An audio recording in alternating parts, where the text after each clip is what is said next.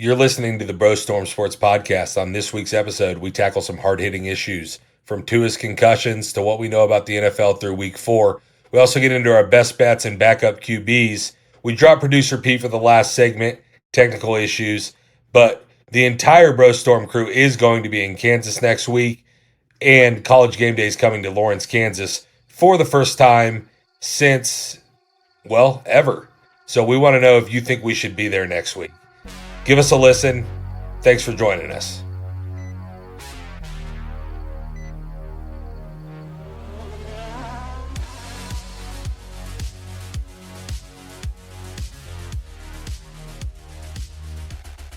Welcome to Bro Storm Sports. This is the inaugural episode. It is Monday, October 3rd, and we are excited to be joining you tonight.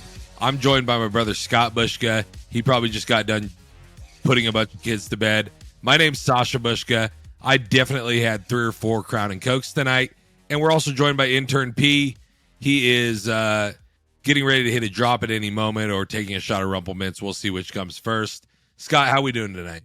We're doing great. You're correct. I just put kids to bed. I've been taking care of kids all day, and our child care comes back tomorrow.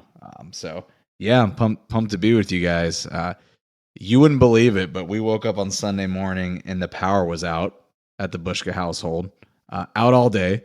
So I had to go to my mother-in-law's to watch football all day, which she really appreciated me stashing my 3 kids over there while I just watched Red Zone for 10 straight hours. And then the power came back on. We came home. I thought it was awesome that I was going to get to watch the Chiefs. When I got home, the internet wasn't working at our house. So it was a little bit of a choppy NFL Sunday, but the Chiefs won. And yeah, pumped to be talking football with you guys. Chiefs did indeed win. I managed to lose $300 or $400 at the new Kansas Star Sportsbook during the Chiefs game. So that was exciting stuff. Intern P, how was your weekend of football? I'm not going to lie. It was my birthday this Saturday, 22. So I did not do anything productive except have a good time. Intern P celebrating the birthday in a college town. Intern P, did you or did you not wake up before the end of that Vikings-Saints London game? No, I slept till about noon. Okay. I wanted to let you know that your under bet did not win. Yeah. Some would say that it did win. It wasn't about the result. It was about the good times we had. That's a good point. And that's the kind of insight you're going to get from Intern P throughout this podcast. I'm so confused because last week he bet on it only because he could sleep through it. And now it's about the fun he had while losing the bet. That's a good point, because if you're sleeping, there's literally no fun to be had during the bet. That was exactly the only analysis we got, is that you wake up and the money's in your account. So I guess it turns out you wake up and the money's not in your account. I, on the other hand, took the lover, which if you type that out, it sounds like lover, but it is actually the lover. And the lover hit in London, 28-25 Minnesota over New Orleans.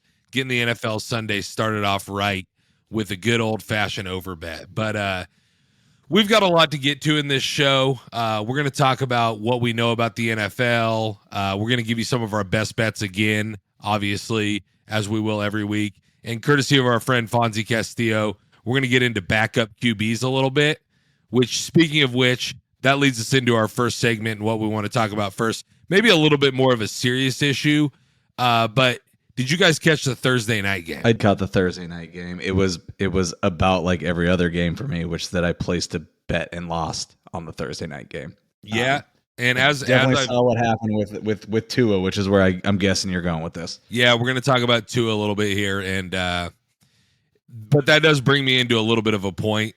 We mentioned it last week, but if you're going to be a consistent listener of Bro Storm Sports, you will want to just learn what the term fade means. And if you can consistently pick the opposite of what we pick, you will probably make some money on this show. But nevertheless, early in the game, Tua went out with a apparent concussion, which he apparently had against the Bills the week before and ended up coming back into the game. But then in this game, he ends up on the field, motionless, laying there for a while, ends up on the stretcher, and ends up going to the hospital in an ambulance. And there was a lot of talk about whether he should have been playing 4 days after what definitely appeared to be a concussion against the Bills, even though they brought him back in. Yeah, I think I mean, it was an ugly situation all the way around. I think we start with the scene on the field. I mean, you don't see it that often, but the way that his hands just froze up, it was I would say when it happened, it was frightening. I'm glad that Tua's okay. It seems like he's okay. All reports coming out of Dolphins camp are that he flew back with the team and is going to be all right. Although that's the same thing they said after the Bills game last week. But the situation was ugly. I think the way the Dolphins handled what was, I would say 99% likely a concussion last week was ugly. And then everything that's been happening I mean, to me, like, I know we like to answer questions on this show. To me, the bigger question is like, does the NFL actually care about player safety? And I think the definitive answer is no, right? Because to me, the biggest issue is 17-game schedule and Thursday night games. Yeah, I mean, the answer to that question is the NFL cares about player safety to the extent that if they completely ignore player safety, the game will cease to exist. So they care about it to the extent that they have to look like they care about it to help their bottom line and continue the money train coming in. Yeah. I mean, I've heard this from a few other people, but it's like the NFL has an amazing way of people just forgetting about what happens when the next Sunday rolls around. And that's exactly what happened here. Shit, we talked about it on our episode that didn't get published last week, right? But we talked about Tua stumbling around in the Dolphins game, and it was kind of a joke to everyone. And everyone knew he had a concussion. He comes back in and plays the second half. And then we trot him out there for Thursday night football, and people are pumped because you got the Amazon Prime ads, and it's like Tua versus Joe Burrow, and everyone's pumped up. And then what happens. So, and the NFL has a great history of not caring about things until fans actually do, and then kind of jumping on the bandwagon. So now you're going to see them go heavy on, like, things I'm hearing are like Tua's got to sit out for 6 games, but the reality is like these Thursday night games are an issue, and it's the 17-week season, 17-game season is probably an issue. It's all for more money, and I think this is like a worst case scenario for the NFL in terms of high profile player gets a concussion on Sunday, you throw him back out there on Thursday, and this is the result. Yeah, it's interesting to say the least, because the Thursday night games, obviously they're a primetime slot, and the players share in those paychecks that come from having an extra primetime game. So they can say till they're blue in the face that they don't want to play the Thursday night games, but they also don't want to take a pay cut, and everything's agreed upon and collectively bargained between the NFL and the NFL Players Union, or the NFL Players Association. So it's in everyone's best interest except for the safety of the players. And maybe, 7 days, 4 days, what would have been the difference? But it's crazy that we saw Tua back out there. And you're right, when an issue comes to the forefront, that's when the NFL reacts. It seems like they're always more reactive than proactive, but they don't really have a lot of reason to be proactive, because everybody kind of forgets, like you said, everybody forgets what happened from 1 week to the next, because they're ready for the next slate of games. And it's this monster that's rolling downhill that can't be stopped. I mean, I would say we're all complicit as fans and people who podcast about this and people who do fantasy and people who bet and all that stuff. 2 things I will call out before we move on to the next topic. One is, I don't know if you have heard of this guy, Chris, I think you say it like Dirk's last name, like Chris Nowinski. He's kind of like a forefront on the concussion, kind of like PhD, founder of the Concussion Legacy Foundation. He has done a ton of work on just the risk of having a concussion within basically 5 days of one to the next. And it's basically like if you have a concussion within a week of having your last one, it's prohibitively damaging. It's like having 5 to 6 concussions in a row. And he actually tweeted out before the game on Thursday that it basically like if the Dolphins trot Tua out there, people should be sued and fired over it. And he was basically saying there's a large risk that something bad will happen, which obviously did. And the second thing I was going to say, it's leaving my mind, but I think that the question now is how long does Tua wait until he comes back? And is that his decision? Is that the Dolphins' decision? Is that the NFL's decision? At this point, I think they're trying to save face, and they probably better make sure he's like, I don't know, reading Gaelic or able to do like high level calculus 2 math equations before they can put him back out there. Yeah, and Mike McDaniel has come out and said that he's definitely not playing next Sunday, which is probably the first smart thing Mike McDaniel said on all this. Before we wrap this up, is Mike McDaniel just not seem super awkward at the microphone talking about all of this? I have been a Mike McDaniel fan up to this point. I think he's sharp. I think he's authentic. So I've been a fan of his, but he's in this situation. He seems like a kid who got his hand caught in the cookie jar. Like he kind of seems like he was trying to outsmart the system, right? After Tua went down against the Bills, and then something bad happened, and now he's trying to walk it back and saying things that, like I heard one quote from him. I think it was the Friday morning press conference where they're like, "What about common sense? Why did you put Tua back in the game?" And he's like, "Do you want me to make this based on my opinion, or do you want me to make it based on science?" And it's like, actually, we want you to make it based on both. Like you can use multiple filters. Yeah, absolutely. And to be fair and clear, the independent neurologist that was at that Bills game has since been fired. That was announced earlier this week. So obviously he didn't get the best information on that one. But I'll agree with everything you just said, Scott, except every podcast is complicit in this whole deal except ours. We are. Thank you. Have another Crown and Coke. Bro Storm Sports, hard-hitting journalism, and we're going to call it like we see it, and we see it as Mike McDaniel might have mishandled this situation a little bit. I want to move off of this in a second, but I've got one more point it's not the larger point, it's actually the smaller point in this whole thing, because the concussion issue is the most important thing. But this is kind of a prove it year for Tua Tagovailoa. It's his third year in the league. We've seen a lot of guys get contracts after their third year. And one of the things that he had to prove is that he could survive an NFL season as at his stature and take the hits that you need to take. And I think he's done everything to show, like, neither of those hits were exceptionally hard hits, especially the second one. He kind of gets thrown around on his spine and he lands funny and lands like a rag doll. And if anything, he's showing that you better have a damn good backup quarterback if you're going to have Tua as your starting quarterback. Yeah, I agree. I don't trust him. If you juxtapose that, how do you like that word? Juxtapose. I love juxtapose. I'll give you a ding. And it is like probably a crime to compare him to Mahomes, but like Mahomes is completing third down plays with like defenders literally like hanging off him. You know, it's like I agree.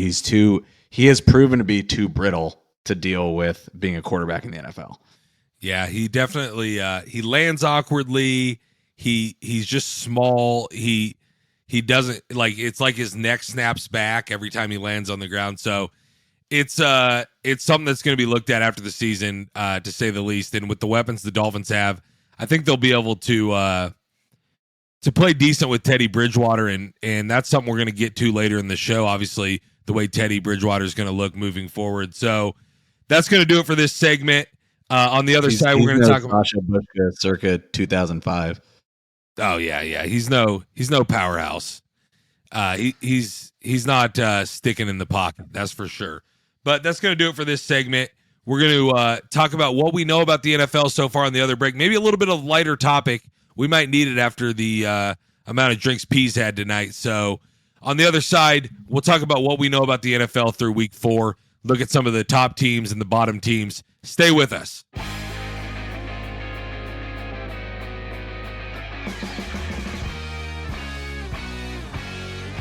Welcome back to Bro Storm Sports, where we're covering all the hard-hitting issues in sports on a week-to-week basis.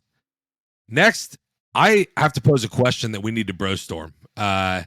And bro storming, for those of you that don't know, is like just brainstorming for sports and dudes who've had a few cocktails.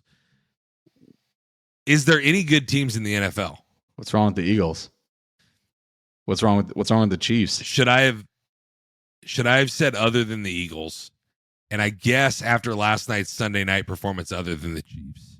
Yeah, so I'll answer your question.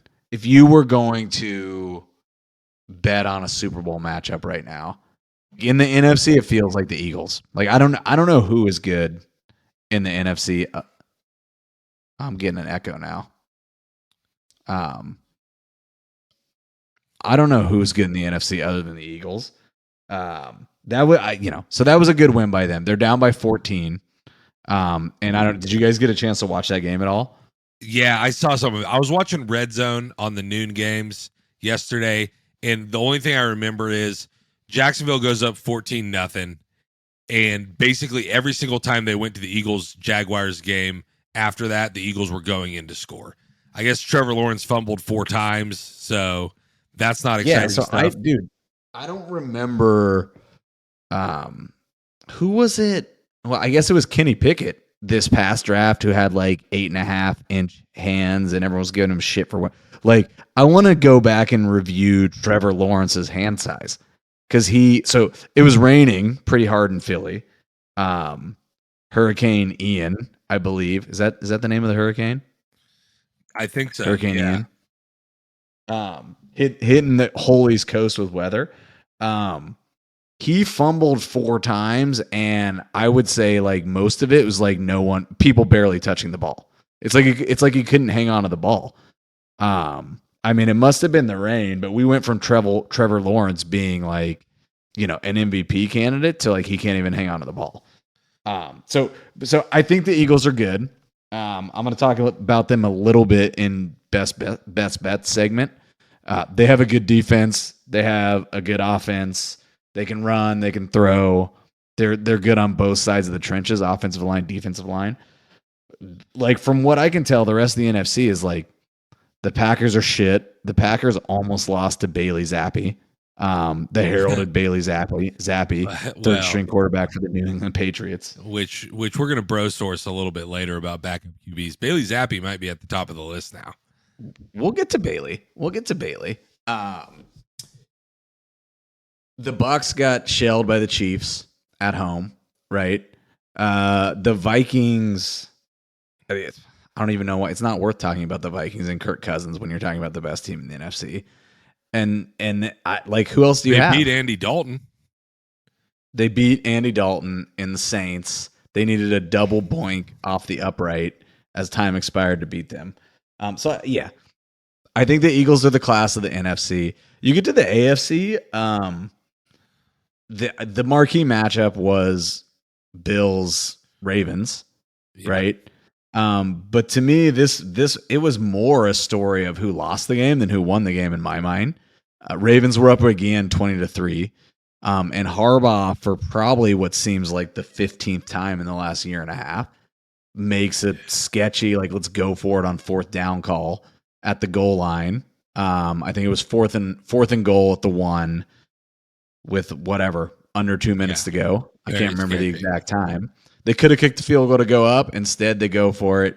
They don't get it. They throw a pick, which is worst case scenario because instead of the Bills getting it on the 1 yard line, they get it on the 20, and they lose the game.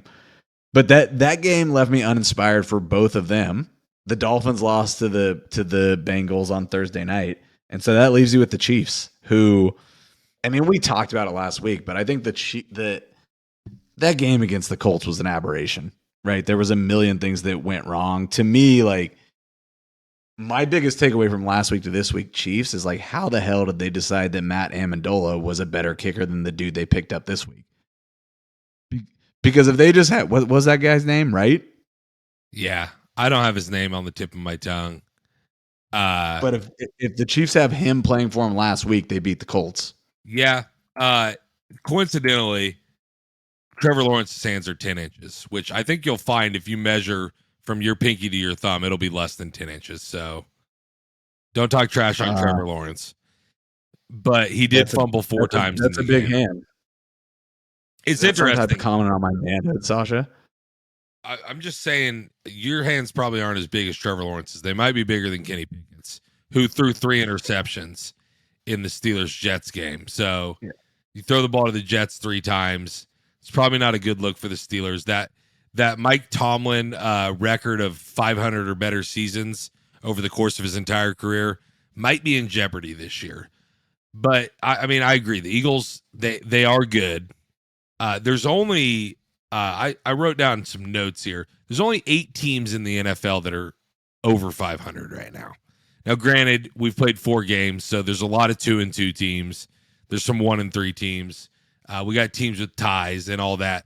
But the Eagles are the only team without a blemish. Are the Eagles really the best team in the NFL? You know, it's possible. Like, they're playing really good defense. They've got a run game. Jalen Hurts.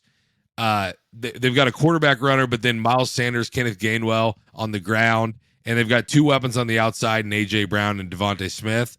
If Jalen Hurts can play quarterback like an NFL quarterback and be competent, the Eagles are really good.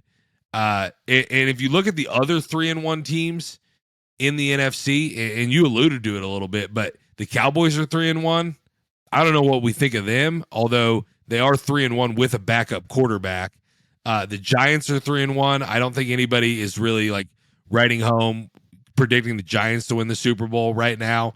And then the Vikings and the Packers are 3-1, and they're going to battle it out for the NFC North by default because they're each going to get 2 games against the Bears and the Lions, and they're gonna win some games there as a result of that. But that's how the NFC shapes up. And then you got the Dolphins. Wait, did you say the Vikings are 3-1? They are. That's How's a real that life even story. possible? They beat. I'm not going to go through the entire Vikings record here, but they are 3-1. They got that. They got the luxury of playing the Packers in Week 1, which for whatever reason the Packers just have decided that they didn't want to take on the 17th game, but instead of chopping it off at the end, they chop it off at the beginning of the year. Someone should tell that Matt LaFleur to just practice a little bit before the season. No practice. We talking about practice. Practice. Yeah. Exactly. Insert Allen Iverson. We got to talk to Owen about that. Yeah, so just so you guys know, because I'm not going to do any editing here, but Owen is our audio guy. He might put a drop in there, he might not, but it'll be interesting to say the least. And but intern P, do you feel threatened by Owen's, like, what if Owen starts getting more references on the pod than you? I mean, he's good at what he does from what I've heard. I'm terrible at whatever he's doing, so I'm cool with it. I mean, there's a reason Owen exists, and it's because intern P's lack of ability to do what Owen does. Should we let Owen start making picks? Potentially, but Owen's not a speaker on the podcast, so he'll have to send them to us ahead of time. Real quick before we get out of this segment, intern P, is there any good teams in the NFL? The Bills are still good. They're my favorite. They've had a tough couple weeks, but man, Josh Allen, Stephon Diggs, weather in Buffalo, teams are not gonna like that when it comes. Yeah, that's a good point. The Bills are good. The Ravens, and Scott alluded to this, and I was gonna comment on it, but then he went on for a diatribe and I forgot. But the Ravens had a chance to kick a field goal with under 4 minutes to go to take a lead in a game and decided to go for it on 4th down instead. That really doesn't make any sense to me. So the Bills might have escaped there. And you might say, yeah, the Bills went down and they could have scored a touchdown anyways. But if the Ravens kick that field goal and put the Bills in a situation where they have to score a touchdown, then they can't just run the clock down and kick a field goal with 0 seconds. They might score that touchdown with 2.5 minutes on the clock, and then the Ravens have a chance to come back and win the game themselves. So I think that's a real miss by John Harbaugh there. And I was watching that in real time and said the same thing. So it's not a hindsight's 2020 situation. Yeah, for sure. I was quiet because I was trying to look this up, but I don't know if did you read anything or say anything about this was the Bills' first win in a 1-score game in like 4 seasons or something. I don't know like about. that. I didn't know that, but I knew they didn't win any 1-score games last year. Basically, they were 0-6 in 1-score games last year, including the playoff game against the Chiefs. And then they had 11 blowouts during the regular season, and they got blown out once by the Colts. So essentially, they never win 1-score games. So, that's a good step in the right direction for the Bills, actually, that they could manage a game late. And they did everything right on that last drive, right? They started getting first downs. They even got themselves a first down inside the 1 so they could run the clock down and kick the field goal at the end, which was the right thing to do. Yeah, but did you see did you watch the replay of that play? There was like 10 of the 11 guys on the Ravens were obviously intentionally letting that guy score. And he was going to score. The last play, but Stephon Diggs, who got stopped for like a 2nd and 1, and then or not Stephon Diggs, Devin Singletary. Yes, I did see that. Yeah, and he was gonna run in, and the Ravens wanted him to, but there was one dude, like an outside linebacker on the Ravens, that didn't get the memo. John Harbaugh's got to send that memo out a little bit louder. Yeah, he must. It must have been. I don't know. He's not communicating via the proper social media channels. But this one dude tackles him before he gets the first down, and that's game over. Yeah, big mistake by that guy. Hopefully he's an established player so he doesn't get cut this week. It happens sometimes in the NFL. Kicker misses a kick, he gets cut. But coincidentally, we mentioned the teams that are at the 3-1 or 4-0 mark. And the NFL's really jumbled up right now. There's a lot of 2-2 teams. But the bad teams, there are no 0-4 teams. The Texans are 0-3-1, so they're the only winless team. And then the Pats, Steelers, Raiders, Commanders, Lions, Panthers, and Saints are all 1-3. Some of those teams we thought were going to be good, especially potentially the Raiders, the Steelers, and the Patriots. So it'll be interesting to see as the season progresses if any of those teams dig themselves out of a hole. But as expected, every game in the NFL is a 1-score game. So why wouldn't the records all be pretty jumbled up at this point in the season as well? Other than the Chiefs-Bucks game last night, every single game this week that was played was 1 score at some point in the fourth quarter. So interesting stuff to say the least, but that probably boded well for taking the points and some bets. So on the other side of the break, we'll talk about some best bets for next week and maybe recap a little bit about what we picked last week, even though you didn't get to hear that pod. But that's what we know about the NFL through week 4. On the other side, we'll talk best bets.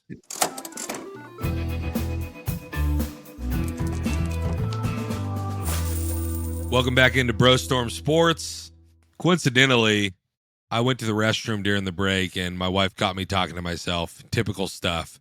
But before we get to best bets, Scott has some hard-hitting news for us. Speaking of restrooms.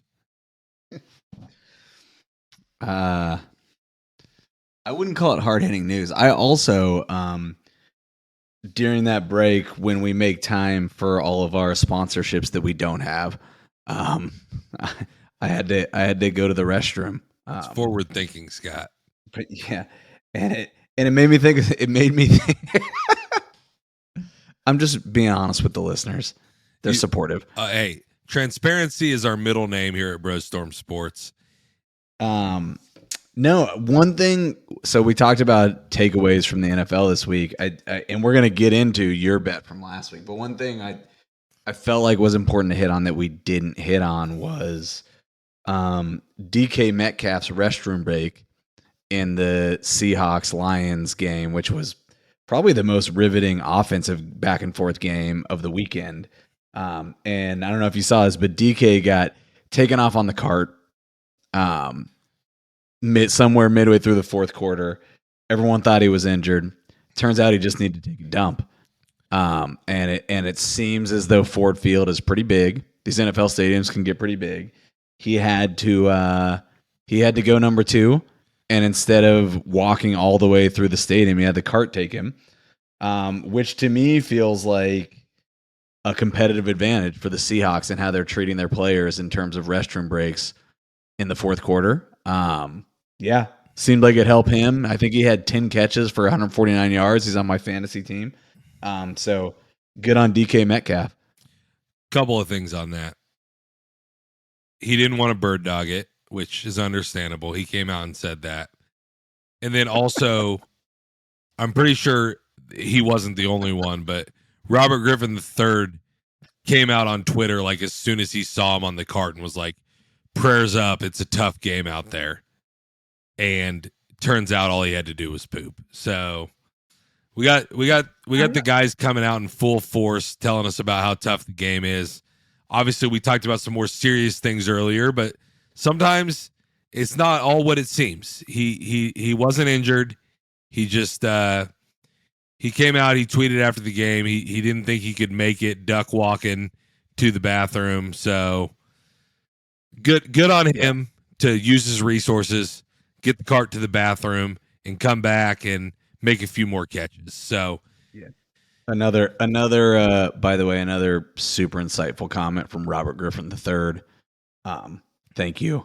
Seems it's in line with the other things he does for us, like racing birds before the game, things of that nature. Yeah, hard-hitting journalism coming from that guy. I would agree with that wholeheartedly. But let's shift gears a little bit. Let's get into what this segment's designed for. Best bets. We'll talk a little bit about some of the picks we made last week, just because we made them. I think we got to keep score, man. We do want to keep score. The only thing I really remember about last week is that I told you that the Seahawks would cover against the Lions. And my reasoning was, and that was a win. I'll give myself a W there. My reasoning is that they're getting 6 points, and they ended up only getting 3 points. So it looked like a better and better pick as the week went along, because that line kept going down and down. But at the time we talked last week, they were getting 6 points, and the Lions, like, they're making games close. They're staying in them. They're playing hard, but they never actually win the game. And so if you give me 6 points on the team they're playing, I just felt like it was a good bet. Now, did I think the Seahawks could lay 48 points on anyone? Probably not, but that's the way it turned out.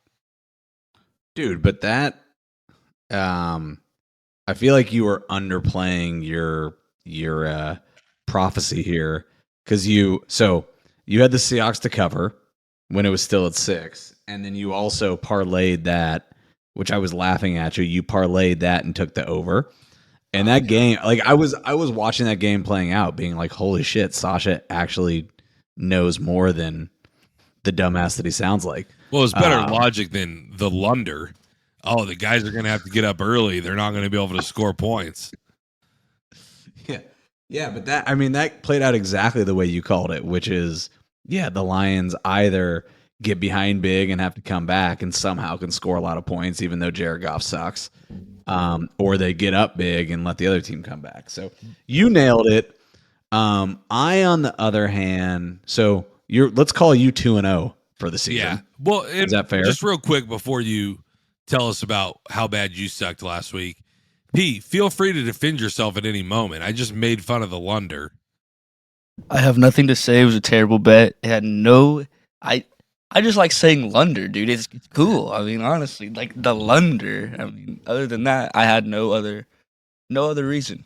Do you think? I mean, I feel like we missed out on this in the trailer, but do you think TikToking with women in the middle of the episode hurts your ability to make good picks? Well, I really don't. You just showed your age really there, don't. Scott, because he was snapping, not TikToking.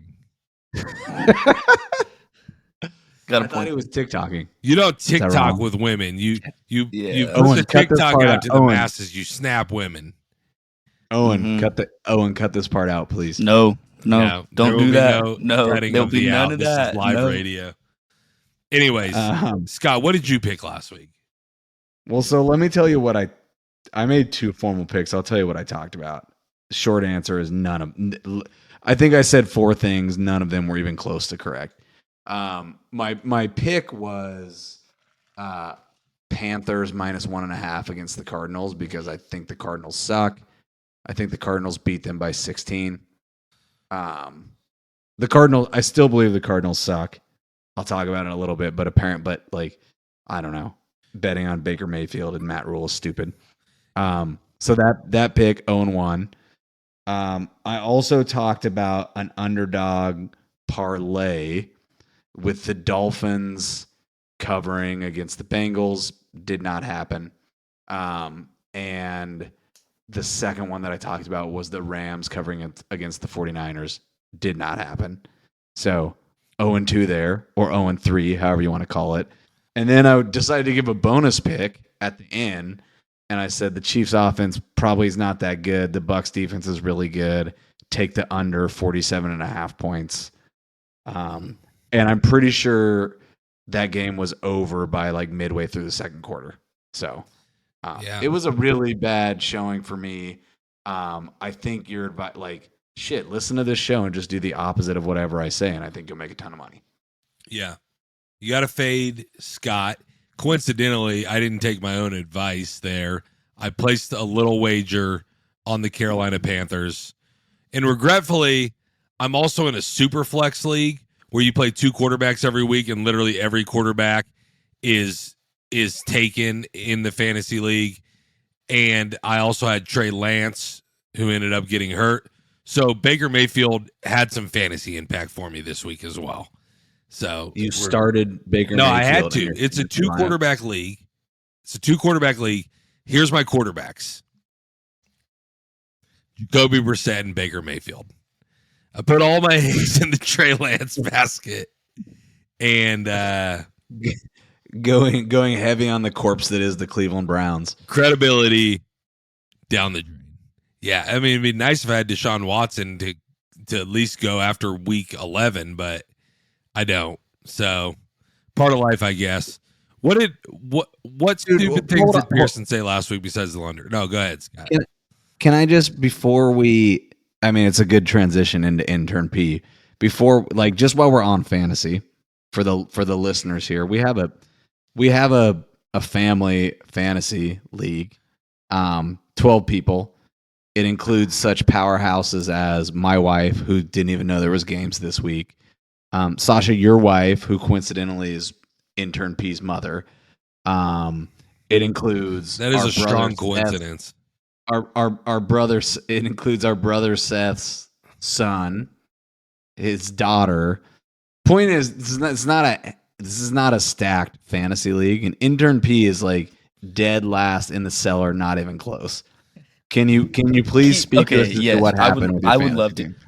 I know no one actually cares about my fantasy team, but Keenan Allen, dud. Kamara, dud. Eckler just had one good week, finally. But other than that, that's my whole team is Keenan Allen, Kamara, and freaking Austin Eckler. Like, what am I supposed to do there? It looks good on paper, but it's not. It's rough. Get me riled up. You get me riled up. All right. Yeah. I did lose to my mom, though. I did lose to my mom. Which is never good. Because I don't think she's watched a single snap this year, so feels good. The only thing intern P's mom knows about fantasy is that occasionally people who play it do something called roster baiting.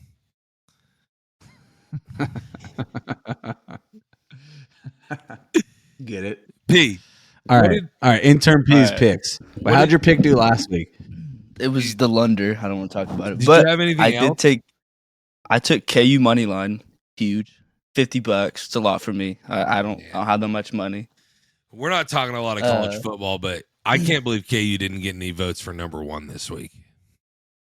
I voted for him number 1. I don't have a vote, but all right, run us down some of your picks for this week, P. We'll let you go first. Yeah. And hey, just for the listening public, so by my watch, Sasha 2-0, Scott 0-2, intern P 0-1. We'll keep a running tally. I think we have to each have at least 2. We'll let the operation figure it out. guy keep that tally we'll for figure it us. I Scott's think the only that's one me, here so I who has a probably can pen just and lie. paper. That's not true. I got a whole notebook here. I got notes. Once again, Owen is recording this. I think interns P's documenting on Snapchat. No, anyways, okay. So I like the Steelers at the Bills. They're plus 14 right now. I think that's just a lot of points for an NFL team. Kenny Pickett might play well this week. I don't know for sure, but 14 points I think it's too many points. So you got the Steelers covering. Yep.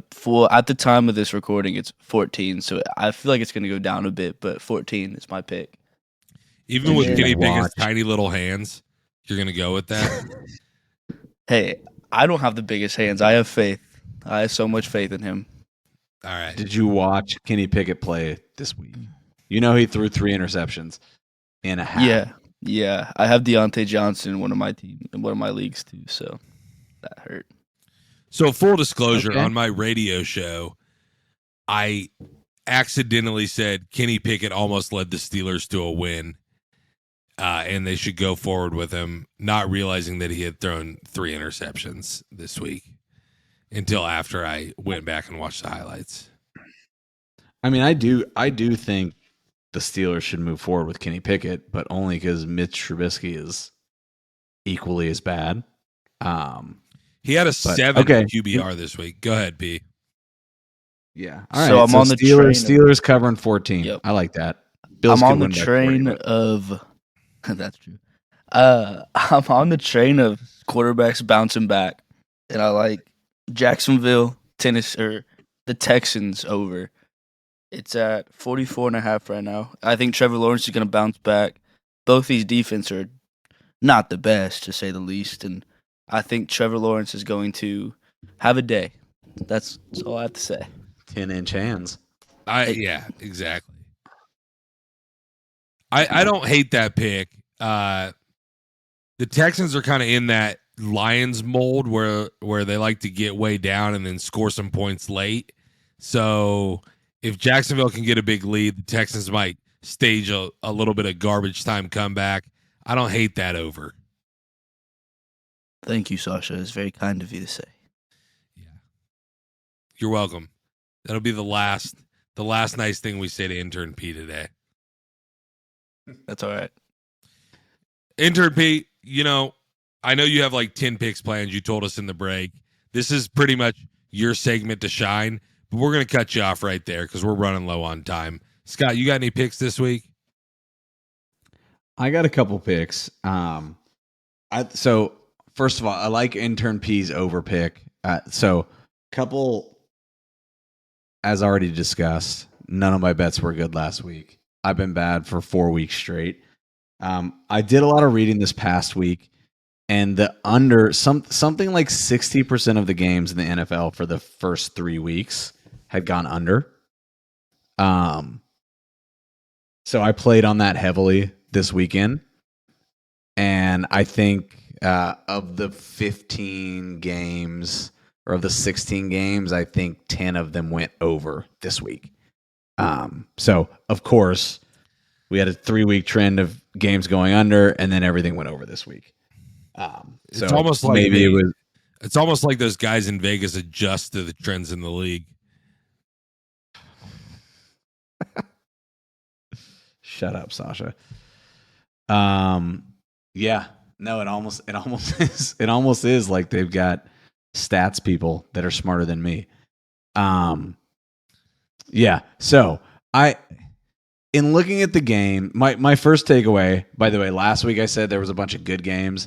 I don't see very many good games at all this week if I'm just looking at the schedule. There's 3 that jumped off of me. The one I'm going to talk about is Chargers at Browns. Chargers are favored by 3. And I'm going to take the Browns to cover 3 at home. And the reasoning is this. The Chargers run the ball better than anyone in the league. Nick Chubb and Kareem Hunt. They average 183 yards on the game, which is second in the league. The Chargers defense is generally built to stop the pass and let people run on them. Now, granted, they have done it a little bit better this year in terms of stopping the run, but they're still middle of the pack. I think they're 15th in terms of rushing yards per game. They give up 110 yards per game. They could have lost that game to the Texans this weekend, largely because they let Dameon Pierce, who's a rookie, run for 131 yards. So I think the Browns at home just run the ball down the Chargers' throat. I don't trust Brandon Staley in a close game. I have learned enough times already this early in the season that it's risky to bet against teams playing at home. And so I'm going to take the Browns to cover 3. Yeah, I'm betting on Jacoby Brissett. What could go wrong? You got anything else? The other one I'm going to give you, since we're both making 2, you can call it its own bet, call it a parlay. You can choose to parlay these 2. Eagles at Cardinals. Eagles -5, I think at latest I had seen. I bet against the Cardinals last week. I said I thought they were the worst team in the league, and I thought that Cliff Kingsbury was gonna get if you guys watch the Cardinals play, it's like pandemonium the entire time.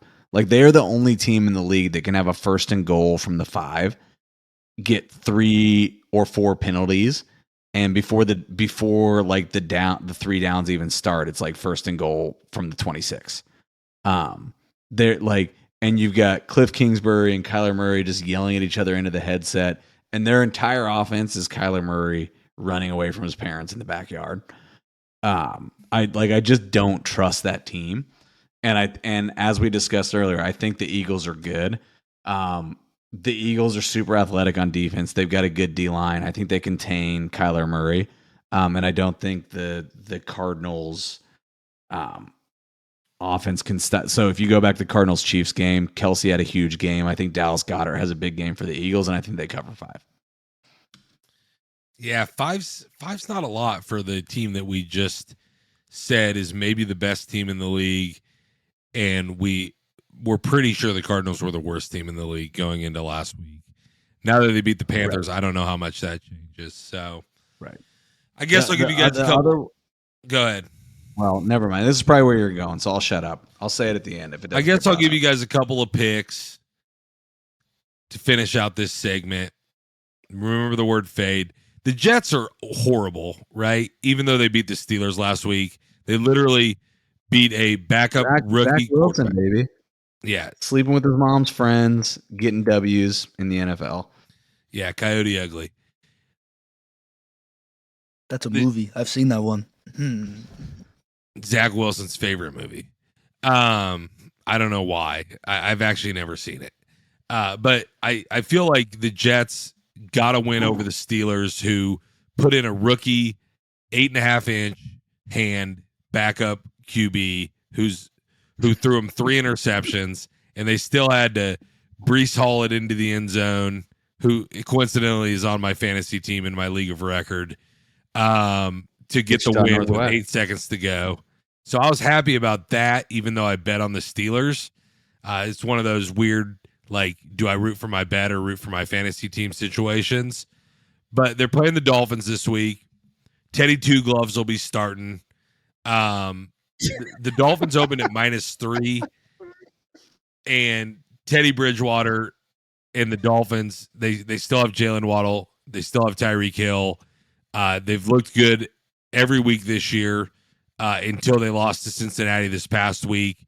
I don't think they're that much worse with Bridgewater playing than Tua, which we'll get into a little bit in our backup QB watch in the next segment. Also, little known stat, Teddy Bridgewater has covered 66% of the games that he's started in his NFL career. So I'll go with the Dolphins -3 over the Jets next week. I like that a lot. Why are they only -3? That's like I kind of want to take the Jets just because I think the line is it's too a trap funky. line. It's a funky line. That theory, yeah. It's a real thing. People don't trust Teddy Two Gloves. I like that, by the way, Sasha. You should probably file trademark for that as soon as we get off this call. I'm not the first person who said it. And then The interesting thing that I thought about as you were talking about that is, could this be the first ever NFL game where there's a total of 100% hand coverage of glove by the quarterbacks? Like 2 on Teddy, 2 on Pickett. let's get Elias Oh, on wait. that. Sorry, Wait, not on They're Pickett. playing the Shit. Jets, but Zach Wilson might wear Yeah. gloves just to honor Teddy on the other side. I thought for sure that Zach Wilson was a glove wearer when you said that, but then I just realized that you thought Kenny Pickett was the quarterback for the Jets.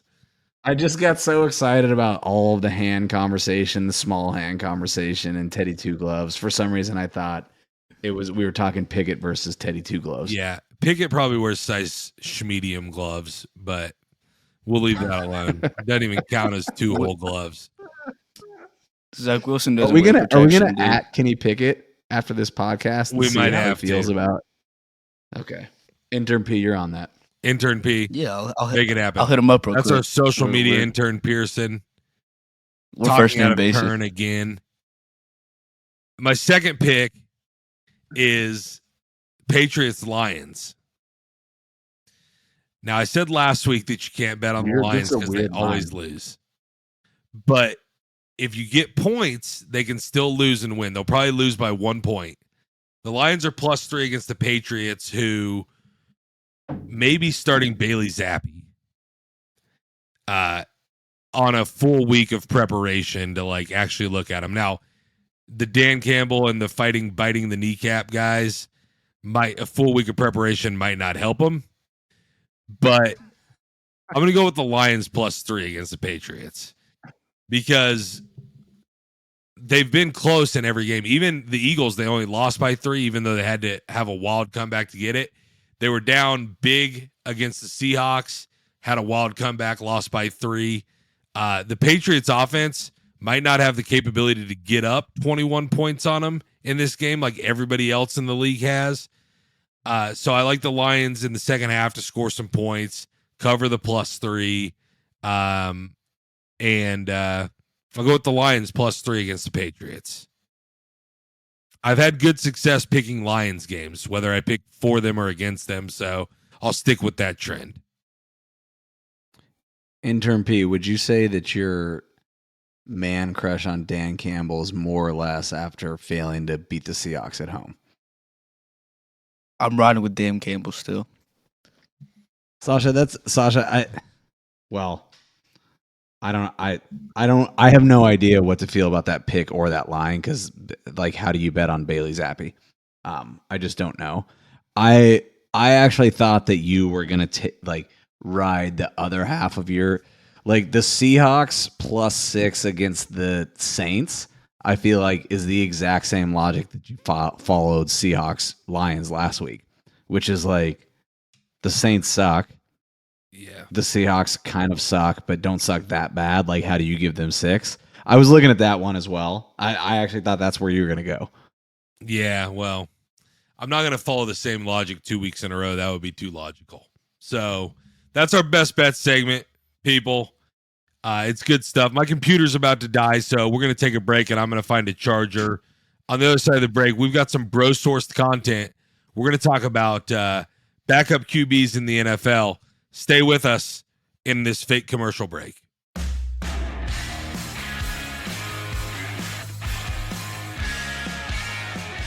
Bro Source. Welcome back into Bro Storm Sports. We've been covering all the hard-hitting news in the sports world for this week, and we're going to get to something fun here in this last segment. We dropped intern P because who needs them in this last segment? We're going to talk a little bit about backup QBs. This was bro sourced by our buddy Fonzie Castillo out in the Bay Area. And what better to talk about? They're easy to make fun of. We've so far had 9 backup QBs appear in NFL games this year. Teddy Bridgewater, Cooper Rush, Jimmy Garoppolo, Brian Hoyer, and Bailey Zappi of the New England Patriots, Andy Dalton of the Saints, Joe Flacco, Kenny Pickett, and last but not least, yes, he is still a backup, Jacoby Brissett of the Browns. Scott, out of all those guys, has anybody done anything good this year so far? Yeah, maybe just before we get into that. Well, two things. One, I just like quick shout out to our listening public. We do need sponsors just to buy Sasha a computer charger. So that's Yeah, one. I'm on intern P's computer right now, to be clear. That's why we dropped him for this last segment. But the other shout out, you already called him out, is to Fonzie Castillo, friend of the program. Fonzie is actually a huge Dolphins fan. I have no idea why. I've been making fun of him for it for years, and this is the first year where he's actually like, "Oh, we have a good team." But the backup QB segment is sponsored by Fonzie, who's a huge Dolphins fan, which is, I don't know if it's like tragically sad or appropriate. Should I send Fonzie my Venmo handle since he's sponsoring this segment? I think you should. I think that Fonzie would be more than happy for the mentions he's getting in this podcast. I think he'd be more than happy to fund a computer charger for you. Yeah, we're building his brand. All right.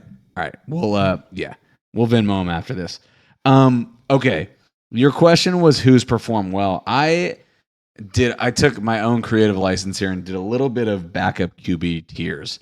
And my tiers are, this guy might actually be better than the starter, tier 1. Tier 2 is the guy's fine, he's serviceable, but he's probably going to never win that many games. And tier 3 is, holy shit, he's got small hands, and we really probably should just give up on the season, for lack of a better term. So tier 1, I've got Cooper Rush, Jimmy Garoppolo, and I'm very hesitantly gonna throw Jacoby Brissett into this tier. Wait. You think those three guys might be better than their starters? Well, let's go through them. Cooper Rush is 3-0. The offense has looked pretty efficient since he took over for Dak. Dak looked terrible against the Buccaneers. I get the Buccaneers have a bad defense, but if you want to see what a good quarterback against the Buccaneers defense looked like, see Chiefs Sunday night game last night. My take on the Cowboys and Cooper Rush is he stays within the offense, which is something that Dak has kind of forgotten how to do. And so they're, it's I'm not breaking any news here. Jerry Jones said it. So I've got him in that. My second one's Jimmy Garoppolo, which I like, for the record, I am not saying Jimmy Garoppolo is good. But I do think the Niners have a better chance without Trey Lance or with him versus Trey Lance. Yeah. That's more of a clear-cut one than the other two. And then Jacoby Brissett, I guarantee someone is gonna make fun of me for this in 4 to 6 weeks. But my take on it is the Browns are a really good running team. With Jacoby, he will let them run the ball, and then he's got a connection with Amari Cooper, so let Amari go for 100 yards a game and call it a day. So that's my tier 1.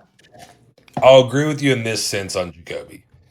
Deshaun Watson might be garbage this year when he comes back because he hasn't played in 2 entire years, and he's just going to come back week 13, and we're going to expect the Browns to be good. And I've talked about this on my radio show, but if the Browns are 7-4 when it's time for Deshaun to come back, do you pull the plug on Jacoby Brissett? It's at least a question. Yeah, for sure. Let's go to tier 2. All right, tier 2. I think. This was not science here, but I think I titled this. They're gonna win you. They can maybe win a game or two, but you're never gonna make the playoffs. I view this as your standard backup quarterback. I've got Teddy Bridgewater, Andy Dalton, Tyrod Taylor, and Joe Flacco. We maybe should have called this group about Tyrod Taylor. Tyrod Taylor, add him to your list. We maybe should have called this if your team doctor accidentally stabs him in the abdomen and puts him out for the season, do you really care that much group? Since Tyrod Taylor's in it. Yeah. That worked out well for the Chargers. So maybe some more team doctors should be stabbing lungs, I think is what it was, not the abdomen. I know. I'm not even sure this group is worth talking about. It's whatever. Yeah, They're they're the they're they're backup the, quarterback. they're the quintessential backup quarterbacks, right? Like you want a guy that can come in for a couple of games, win you games, but you don't want them starting the whole season. That's why they're backup QBs. That's why they're not starters in the first place. And once the league gets a couple of weeks on them, they'll start losing games. So you just hope your starter has a minor injury and not a season-ending injury. Right. Totally. And I think Teddy Bridgewater is like the poster child of this group. I thought if you watched the Thursday night game, I thought it was the classic Teddy Bridgewater performance where it's like if he comes in as a backup and the team has not game plan against him the entire week, like he can make some good throws. He's going to be serviceable. He makes reasonable decisions. But you give him a couple weeks, I guarantee you the Dolphins are not going to be winning a ton of games with Teddy Bridgewater as their quarterback.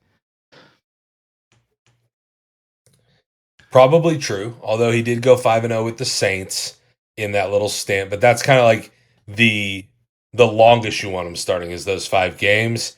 And I don't know how much worse he is than Tua, but there's questions around the league as to whether Tua is a starting quarterback either. So I don't know how much that says about him. I mean, it's interesting. An interesting question to ask is, were the Broncos better last year or this year? And what I'm essentially asking is Teddy Bridgewater or Russell Wilson a better quarterback? Yeah, Russell Wilson's better. Okay. I didn't know this was. I thought this was backup QB watch, not shit on Russell Wilson's career watch. Well, he's making it pretty easy to shit on. Like they don't look any better with Russell Wilson than Teddy Bridgewater. Let's just say that. That's true. I feel like Russell Wilson could very easily be in the tier 2 of backup quarterbacks. But that's neither here nor there. That's not the segment. You're right. Yeah, let's get your third tier and let's get out of here for the night. Yeah. You think people are getting tired? No, I mean the Long riveting as getting content tired of us coming shit out on of these the Dolphins. microphones. My tier 3, I don't even have a good name for it, but it's not even fair because we don't know yet, except for the fact that Kenny Pickett threw 3 interceptions and a half. But it's really the like, oh shit, what are we gonna do with our season group? Which is Brian Hoyer, Bailey Zappi, and Kenny Pickett. Brian Hoyer really deserves a pass but he lasted all of like half a quarter yesterday. So you're really talking about Kenny Pickett and Bailey Zappi. Not super fair. They are both rookies. I'm sure they're going to get better. We've already covered Kenny Pickett's hand size. I'm sure his heart is bigger than his hands. And I'm sure Mike Tomlin's going to like that. But I don't know the science behind that, but probably. I do not know. Maybe you should check with Chris Nowitzki, CEO of the Concussion Foundation. He might know. Yeah, could be interesting. The real question that everyone's asking themselves is, what happens when Teddy Bridgewater gets hurt and Skylar Thompson, Kansas State Wildcat extraordinaire, takes the field? He is the present of the Dolphins, not the future. I don't know that much about Skylar Thompson, except for I know that K-State wasn't that good any of the last 3 or 4 years. So if you're asking me if I think Skylar Thompson can go beat the Bills, I'm not fully confident. That's fair. That's fair. As has been a lot of your commentary on today's episode, Scott. I think now that we're talking about Skylar Thompson and K-State quarterbacking, it's time to put a bow on this thing. We had a good time. Check us out everywhere on social media, anywhere podcasts are found. Thanks for giving us a chance. Thanks for staying till the end. This has been Bro Storm Sports. We're going to catch you next time. Catch us every week on Tuesday mornings, wherever podcasts are found, and we'll see you next week.